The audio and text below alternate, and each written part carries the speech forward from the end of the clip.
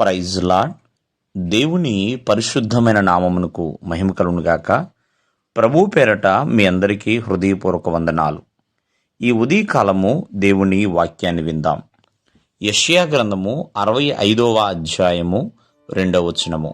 తమ ఆలోచనలు అనుసరించి చెడు మార్గమును నడుచుకొనుచు లోబడనల్లని ప్రజల వైపు దినమంతయు నా చేతులు చాపుచున్నాను. ప్రియమైన వర్లరా, మరి ఆలోచనలు అనేక రకములుగా ఉంటాయి. మరి ప్రతి ఆలోచన మంచి చేయదండి, మంచి మార్గంలో నడిపించదు. కొన్ని ఆలోచనలు చెడు మార్గంలోనికి నడిపిస్తూ ఉంటాయి. అలా చెడు మార్గములో నడిచే ప్రజలందరూ కూడా లోబడనల్లని ప్రజలుగా మిగిలిపోతూ ఉంటారు. అంటే ఎవరికి కూడా లోబడరండి, లోబడని స్వభావంలోనికి వెళ్ళిపోతూ ఉంటారు. ఒక మాటలో చెప్పాలంటే ఆనాడు ఇశ్రాయేలు ప్రజలు కూడా ఎన్నో తమ సొంత ఆలోచనలు చేసి చెడు మార్గంలో వెళ్ళారు. ప్రభువుకి లోబడని జనులుగా చాలామంది మిగిలిపోయారు. ప్రియమైన వర్లరా, మరి అలా లోబడనల్లని ప్రజల కొరకంట దినమంతయు దేవాది దేవుడి చేతులు చాపుతున్నాడు. కావున ఆ దేవుని చేతుల వైపు మనం చూడాలి.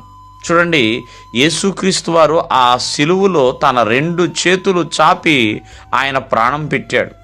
మరి దాని యొక్క అర్థం ఏంటంటే ప్రియమైన వర్లరా, దేవుని యొక్క చేతులు ప్రతి ఒక్కరికి ఆదరణ కలిగిస్తాయి. అంతేకాదు, దేవుని యొక్క చేతులు ప్రతి ఒక్కరిని కూడా దీవిస్తాయండి, తోడుగా ఉంటాయి. దినమంతయు మీ వైపు ఆయన తన చేతులు చాపుతున్నాడు. ఎవరైతే ఆయన రెక్కల నీడకు వస్తారో, ఎవరైతే ఆయన హస్తాల్లోనికి వస్తారో వారిని ప్రభువు ఆశీర్వదిస్తాడు. అంతేకాకుండా ప్రభువు వారికి తోడుగా ఉంటాడు. అంతేకాదు ప్రియమైన వాళ్ళరా, వారి చేతులని ప్రతి ఒక్కరికి కూడా తోడుగా ఉంచుతాడు. వారి పక్షమున దేవుడు నిలవబడతాడు. కాబట్టి నీ వైపే దేవుడు తన చేతులు చాపి ఉన్నాడు. ఆయన ప్రేమ ఏంటి అనేది చూపిస్తున్నాడు. నీవు లోబడకపోయినా, చెడు మార్గంలో నడుస్తున్నా, నిన్ను ఒక మంచి మార్గంలోనికి నడిపించాలనే దేవుడు తన చేతులు చాపుతున్నాడు. కావున ఈ ఉదయకాలమందు ప్రతి ఒక్కరు కూడా ఆలకించండి. లోబడనల్లని ప్రజలుగా ఉంటే ప్రభువు నీ కొరకు చేతులు చాపుతున్నాడు. కాబట్టి ప్రతి ఒక్కరు కూడా దేవుని హస్తాల్లోనికి రావాలి. ఎప్పుడైతే దేవుని చేతిలోనికి మనం వస్తామో దీవించబడతాం, ఒక ప్రయోజనకరమైన పాత్రగా వాడబడతాం, ఒక ఘనమైన పాత్రగా దేవుడు నిలబెడతాడు.